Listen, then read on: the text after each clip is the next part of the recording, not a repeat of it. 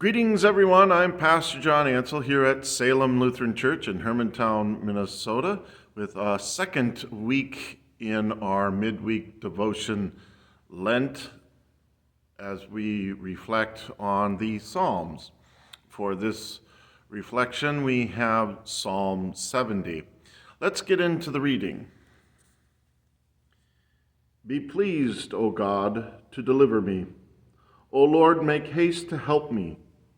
Let those be put to shame and confusion who seek my life. Let those be turned back and brought to dishonor, who desire to hurt me. Let those who say, Aha, aha, turn back because of their shame. Let all who seek you rejoice and be glad in you. Let those who love your salvation say evermore, God is great. But I am poor and needy. Hasten to me, O God. You are my help and my deliverer. O Lord, do not delay. Here ends the reading. Now, as you probably were listening to that psalm, there almost seemed like this sense of immediacy or urgency for the individual probably writing or even reciting such a psalm. And to some extent, it's almost like saying, Oh, dear Lord, help me right now because people are after me.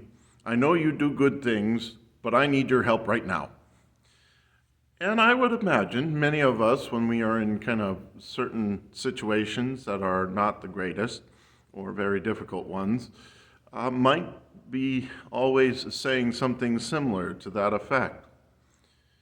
Because not only do we usually recognize that we need God's help, especially in our more dire situations.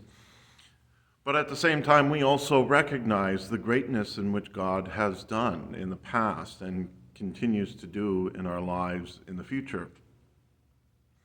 And so, as we endure whatever we must endure throughout life, at least we know the goodness of what God is capable of doing, and especially know that we can go to God to ask for help, whether it be for something immediate or not, because God's help is always available when we need it or not. And especially whether you are churched or not churched, it always seems that such a plea to God is always there before us. And we may want to ask for God's help. But at least we also know that God gives help, because why would we be asking Him in the first place? But ultimately, God's help does come to us all, whether we might see it or not, and whether we know it as immediate or not. But God's help does come, which is always a wonderful thing to have and always worth asking for. Amen. Now, before I end this video, I ask you all to join me in praying the Lord's Prayer. Our Father, who art in heaven, hallowed be thy name. Thy kingdom come, thy will be done, on earth as it is in heaven. Give us this day our daily bread, and forgive us our trespasses, as we forgive those who trespass against us. And lead us not in temptation, but deliver us from evil. For thine is the kingdom, and the power, and the glory, forever and ever. Amen.